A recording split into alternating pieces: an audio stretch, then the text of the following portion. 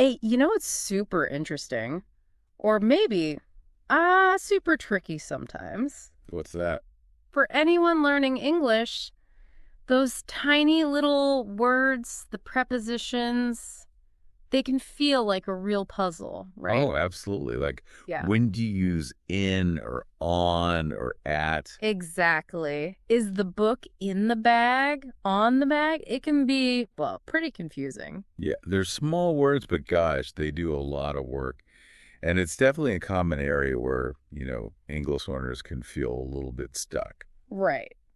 So today we thought we'd try and make some of those basic rules a little clearer, a bit easier to understand. Mm-hmm. We're going to look at some simple English quiz questions, the kind that beginner learners, maybe A1 level, might see. Sounds good. And our goal is just to chat about why certain answers are correct and maybe break down the grammar in a way that's really straightforward. Simple. That's the plan. We'll take each question sort of step by step. Mm. First, think about what grammar rule it's testing. Okay. Then we'll explain that rule, simply. And finally, we'll talk about why the correct answer makes sense right there in that question. Perfect. Yeah, think of us as your friendly guides, sort of helping unlock these fundamental bits of English. Okay, let's jump in. First question. It asks, the food is the table. Okay. What kind of grammar idea is this question really about? Right. This one is about prepositions of place. It's asking us to think about where something is located. Location, yeah. Compared to something else. In this case, it's a surface, the table. Okay, a surface. So when we're talking about something being on a flat surface, like a table, what preposition do we usually use? Well, most of the time, if something is resting directly on top of a horizontal surface. Like a plate on the table. Exactly. Like your dinner plate, it's on the table. Or your phone, maybe it's on your desk right now. Right. Okay, I get it. So for our question, the food is the table, the answer has to be on. That's it. On. And why is on the right choice here again? Well, simply because the food is sitting directly on top of the table's surface. There's contact between them. Makes sense. Okay, easy enough to start, right? Pretty straightforward. Let's look at the next one then. Question 2. The cat is the desk. Go. Is this the same kind of grammar idea? Prepositions of place again. Yes, it is. Spot on. We're still talking about prepositions of place. Here we're thinking about furniture, a desk, which also usually has a flat surface on top. Right, like the table. So would the same rule apply here for the desk? Exactly. When something is on top of furniture, like a desk, where it can just sit or rest. Yeah. Usually on. So the answer to the cat is the desk is on as well. That's correct. On. Yeah. The cat is positioned right there on the flat top part of the desk. Okay, cool. We're on a roll. Let's try the third question. The shoes are the bed. This one feels a little different. I mean, thinking about where shoes usually are compared to a bed. It does, yeah. We're still looking at prepositions of place and furniture again.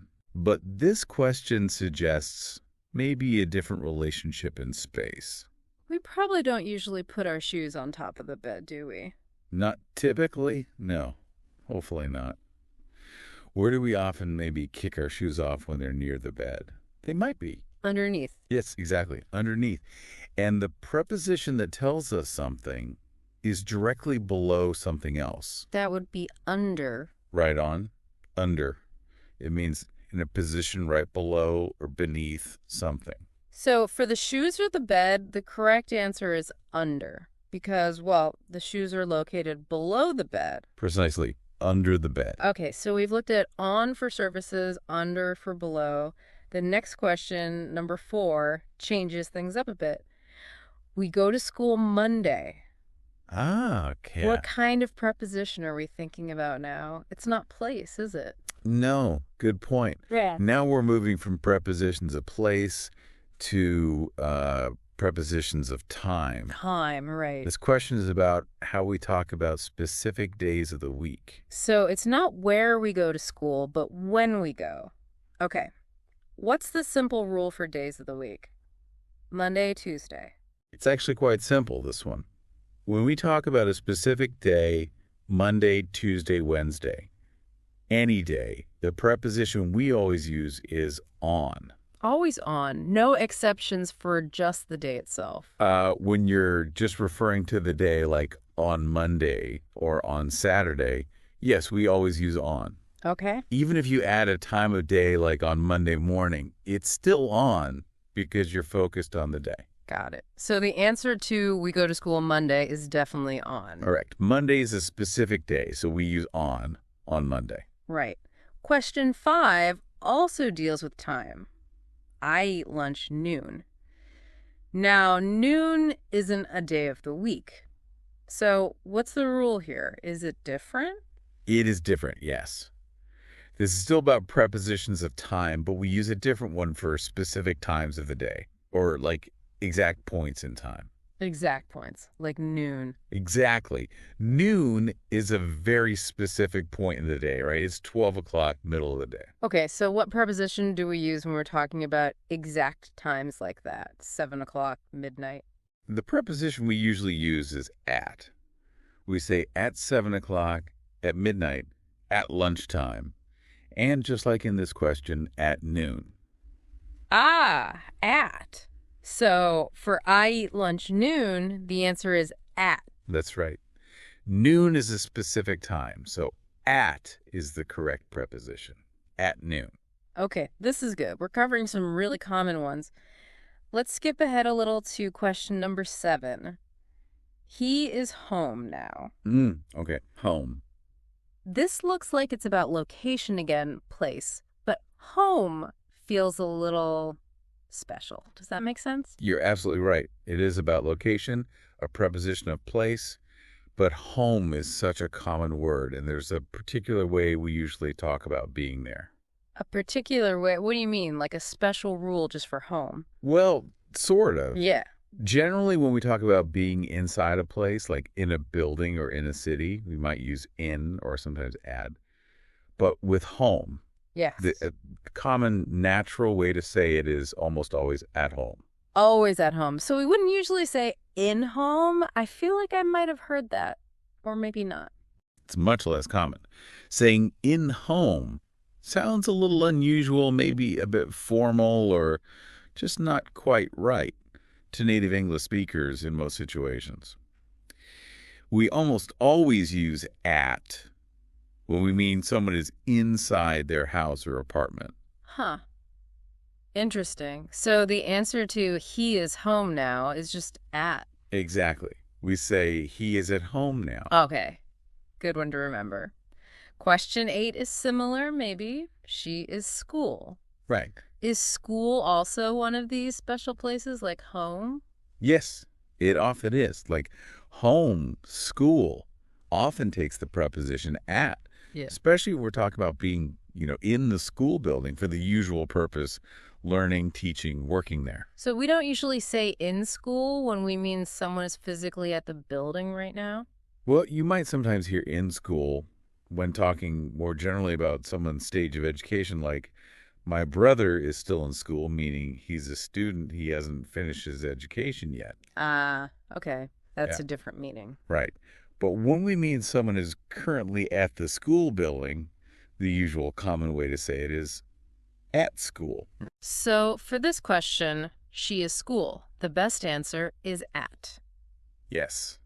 At school tells us her location is the school building itself. Great. Okay, so at home and at school for being in those places. Got it.